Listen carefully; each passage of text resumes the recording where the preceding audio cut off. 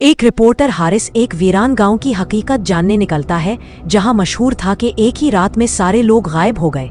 गांव में दाखिल होते ही हर तरफ सन्नाटा, टूटी खिड़कियां, वो की आवाजें और एक घर की दीवार पर खून से लिखा जुमला, वो वापस आएंगे, उसे दहला देता है। रात को वो खाली स्कूल में कैमरा लेकर बैठता है तो दरवाजे खुद बंद हो जाते हैं। बच्चों की हंसी और कदमों की चाप गूंजती है।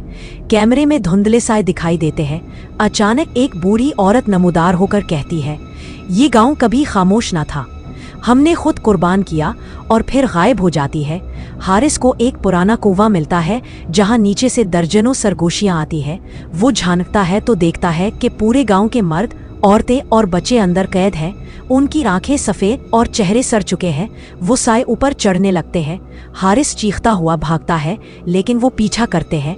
आखिर में वो कैमरे पर अपना चेहरा दिखाता है और कहता है, अगर कोई ये रिकॉर्डिंग देख रहा है तो कभी इस गांव में मत आना। कैमरा ज़मीन पर गिर जाता है और अंधेरा छा जाता है।